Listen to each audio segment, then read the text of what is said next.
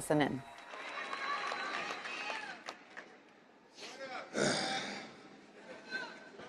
It's a tough one right here, man. First of all, I want to thank y'all for allowing me the opportunity to speak here today. It's a real honor to be able to appear here and to show love on behalf of my friend, my brother, a great man, a great leader, a great father, a great teacher, and a great friend, Nipsey Hussel.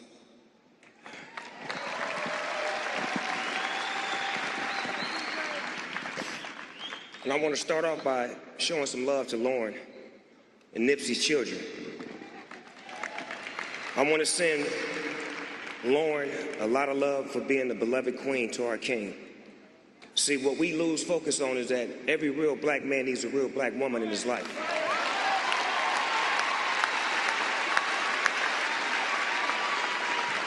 Every time I would see Nip and Lauren out, they reminded me of me and my wife. It was like black excellence. You love to see that. So, with that being said, Lauren, my wife, my family, my kids, we're here for you. Whatever you need, if you need a shoulder to cry on, if you need a hug, if you just need to get away, we're here for you. We love you, baby girl. We always have and we always will.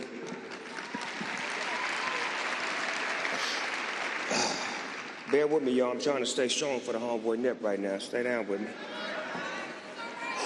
Stay down with me. I got you, cuz. I got you.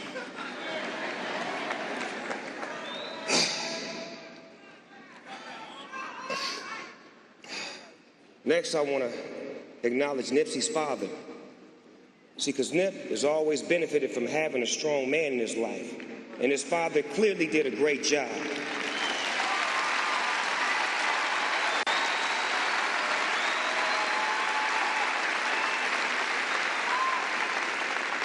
He showed Nip how to be a strong man, a strong black man.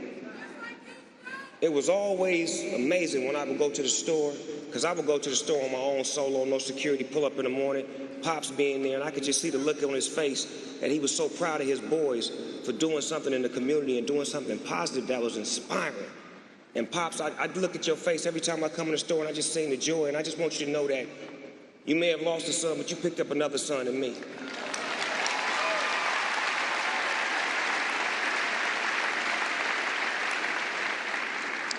And now I gotta send a bundle of love to Nipsey's mother. Lord have mercy.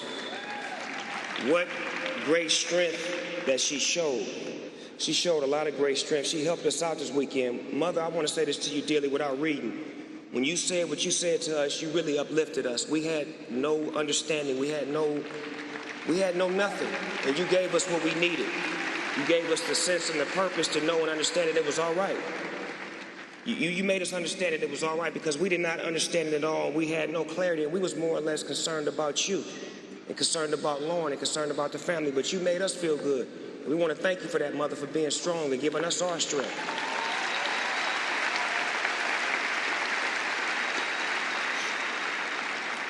I also want to thank all the other mothers in the house right now that's been praying for Nipsey's mother, that's been praying for Lauren. We appreciate all that love from you women. And I want to say this. If it so happens to be that your kids die before you, Nipsey's mother prepared us for this day in the future. Thank you, Mother.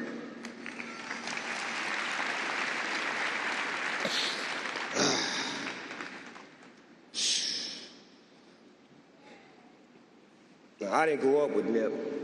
I didn't grow up with him in the neighborhood as a kid, but I watched Nip grow up in front of me. I watched him grow into a full-grown man and an incredible young businessman. I still remember the first time when he pushed up on me with his tape. Most rappers, when they push up on Snoop Dogg with a tape, this is their line. Hey, dog, listen to my music. I can make you $1 million. Nipsey's line was, hey, homie, listen to my music. Just give it a listen. That's it? No record deal? You don't want to get put on? So to me, he had vision to know and understand that I don't want to be handed out nothing. I'm gonna come get mine. But at the same time, looking for that clarification, looking for that confirmation. You know, just listen to it, homie. The first time I got his CD, I didn't listen to it. I told him that. I kept it 100 with him. I'm like, K-Mac gave me your CD at football practice. Cause I wasn't listening to that. I was at football practice. Then, about a week later, he gave me another CD. So I'm rolling up a blunt in the back seat of the car on the CD. So I open the CD up. Oh, the homie know. Cuz no. He know the story already. So I'm just telling y'all so y'all be enlightened. So I took the CD out and I popped the CD in. I was like, damn, cuz it's hard. So I'm like, K-Mac, cuz, the little homie hard, cuz, let me get down with it. Long story short, we ended up connecting. We ended up making music together. We ended up making a brotherhood. We ended up creating a bond. We created something that was special. And what was crazy was when he first started, a lot of people was like, you know, he looked like me, he this, he that. But I don't think so. I think, you know, it was the fact that he was tall, he was lanky, he had braids, he had that LA mentality. And he claimed the gang, so I mean, it was natural to be categorized. But one thing that me and Nip had was a kind spirit.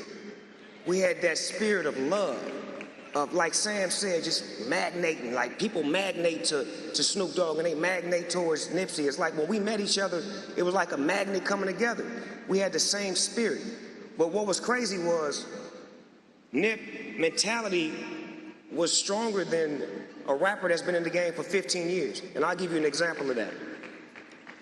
One of the first conversations me and Nipsey had, he was talking to me about, hey, cuz, you need to do a amusement park, cuz, doggy land, cuz. I'm like, for real? He like, yeah, cuz, with 40-ounce roller coasters and, you know what I'm saying? Nigga, you Snoop Dogg, cuz, everybody come see you, you know what I'm saying? Yeah, come check your amusement park. I'm like, cuz, you tripping. So he kept, like, every time I would see him, he would always bring it up. He would bring it up. So, like, the 5th time he said it to me, or was it the 6th time? Yeah, the 6th time he said it to me. Let me get politically correct.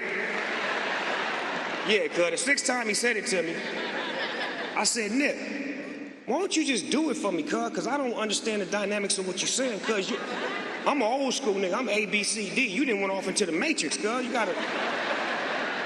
So with that being said, Nip ended up creating a square, and he ended up buying property, and he ended up having things like Vector 90, and he ended up doing things in the community, and he built his own doggy land. He built his own world. He built his own thing that people from around the world is starting to come to, take pictures of, stand in front of, immortalize this man. The things that he wanted for me, he did for himself. But he had vision for me that I didn't even have for myself. So I want to thank you, mother and father, for bringing Nipsey into this world, for giving us Nipsey. I thank y'all for that.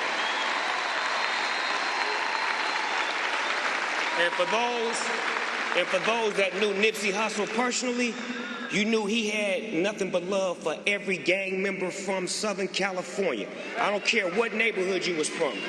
One conversation that me and Nip had once upon a time was, cuz, you know the Trays like your music too, cuz. He like, no, they don't, cuz. I'm like, yeah, they do, nigga. Everybody like our music, cuz. It ain't like that when you make music and you come from the dirt. One thing about a neighborhood, we gonna respect another man from another neighborhood, even if he ain't from our neighborhood, if he come from where we come from. And I explained that to Nip. And when I was explaining it to him, he was getting it, but he wasn't getting it. But I was like, look at what you're doing. You make records with YG. You made records with Game. You made records with Problem. You making records with Bloods. Crippin' and Bloods making records, and y'all really love each other, and y'all bonding with each other. Y'all pulling up together. You in they neighborhoods. You loving them, and they loving you. You are a peace advocate, Nip. That's what you are. And the reason why I know this is because that's what I am. You know, real recognize real. I know what he is. I know what he was. And the marathon is going to continue. Look at the love. Look at the spirit. This man, I'm going to end it like this. This man got a letter from Barack Obama, man.